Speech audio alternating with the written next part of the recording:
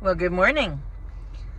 I'm going to bring you up to speed about. No, I'm not talking to you, my little friend. Oh, I thank you for shaking up. Okay, all right. We're parked. Don't worry. Hang on. Hang on. You want to see all your fan base? Okay, ready? Oh yeah. There we go. So we're parked at a beach which is within view behind me of the Ferry.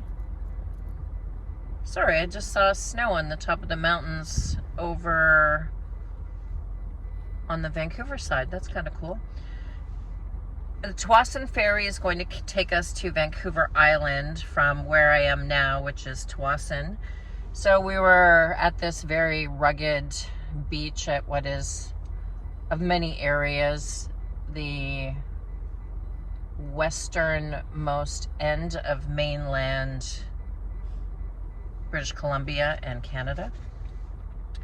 And we had a lovely couple of days at a hotel in Tsawwassen because I was flying in from Ottawa after medical tests, and I'm sorry I'm not more comfortable for you.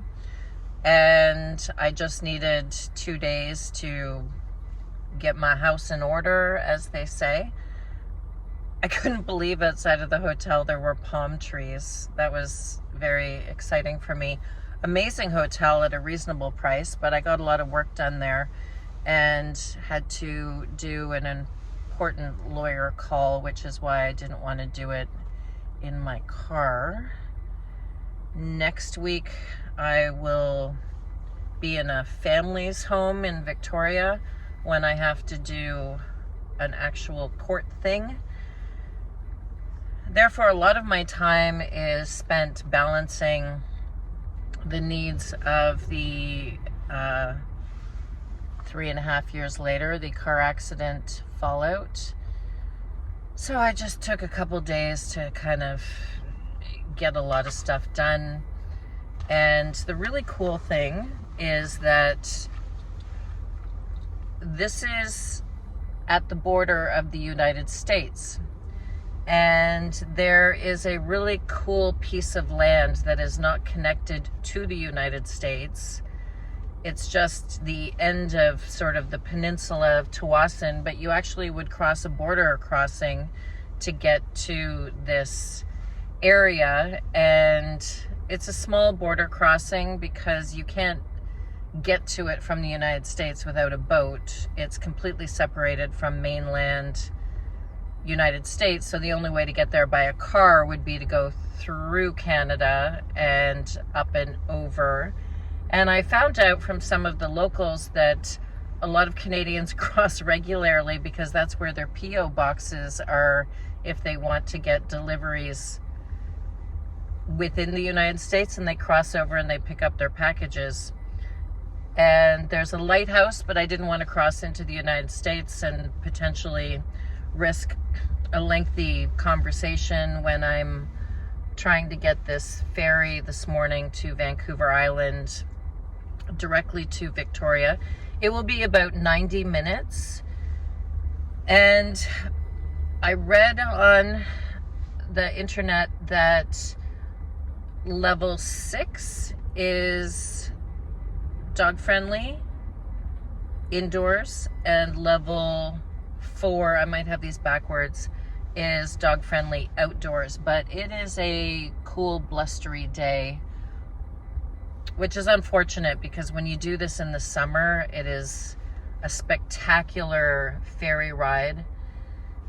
Because I'm still a normal length for a vehicle or a truck, I just had to pay, I think it was $80 one way for me and the vehicle, and you can't stay in the vehicle during the ferry thing, but that's fine. They have dog friendly areas. I didn't want to leave Buddy in the vehicle because they do have several warnings on their website that some people forget to turn off their car alarms, and the movement of the ferry will set off car alarms all in the cargo hold, and that would terrify Buddy. So I really wanted to make sure that he could stay with me somewhere on the upper deck, so I'm glad that they're dog friendly.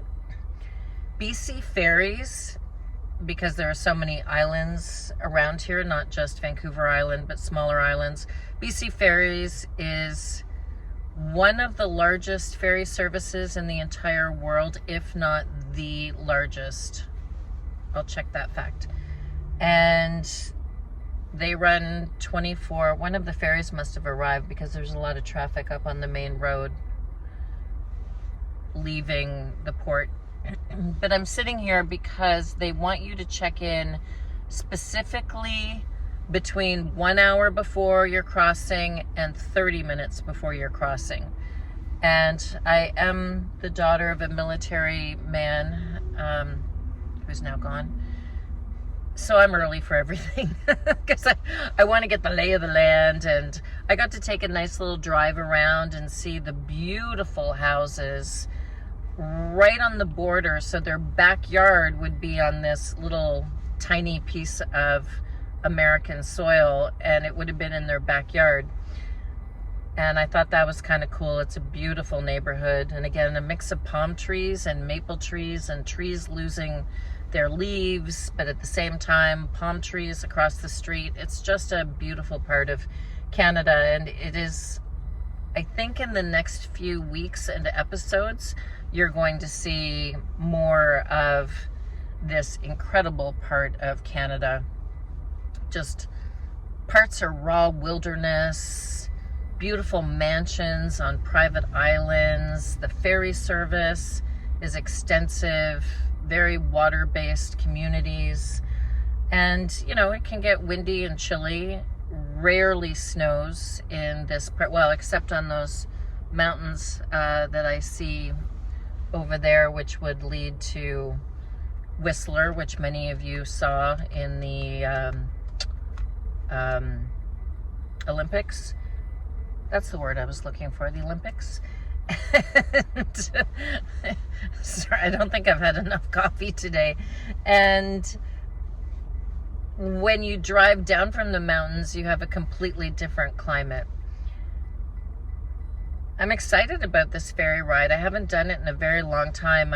Last time I did it, I was doing a fairly grim story out here in Vancouver and Vancouver Island about the drug problem in East Van, as we call it, which it's a pretty rough thing. So I did this documentary. I might try and find it and show you some of the video we shot, but it was a really gritty story, and I was out here working for a week to tell the story of a young girl who died from a drug overdose despite the enormous efforts by her family to save her. That was a tough one. So Vancouver, stunning, beautiful, large. I will be going back to Vancouver later in the season, and we'll be doing Vancouver, Squamish, Whistler, but that was not now. Now was about getting to Vancouver Island to see some of my family members and spending time exploring the massive island that is Vancouver Island. I won't be going to the north. It's hard to camp up there because it gets really cold, but it's also where you will find grizzly bears and people that book trips to see grizzly bears. And when you're sleeping alone in a vehicle and not with guides, I have no desire to come face to face with a grizzly bear and find out if my bear spray works or not. Buddy would be a little Scooby snack, I think. So I won't be going into the far north of the island, but up until kind of the midpoint, which in some cases is going to be a 4-hour drive, which I will of course have to break up because of my my back and pelvis issues from the car accident. So This ferry ride marks the beginning of the next phase of adventure. A lot of Americans come to Vancouver Island. They can fly directly into either Vancouver or Victoria and just have an adventure. A lot of outdoor sports, people surfing even in the wintertime in places like Tofino. Thus, we're starting a new chapter today. A new chapter of exploration, having crossed most of Canada and crossed from North Carolina to California up to Ohio over the last, how many months is it? 13 months I've been living in my car. Yeah, we passed a year on Labor Day. So when you see this, it'll probably be more like 14 months. So here we go, and welcome to the little trip we're going to take today.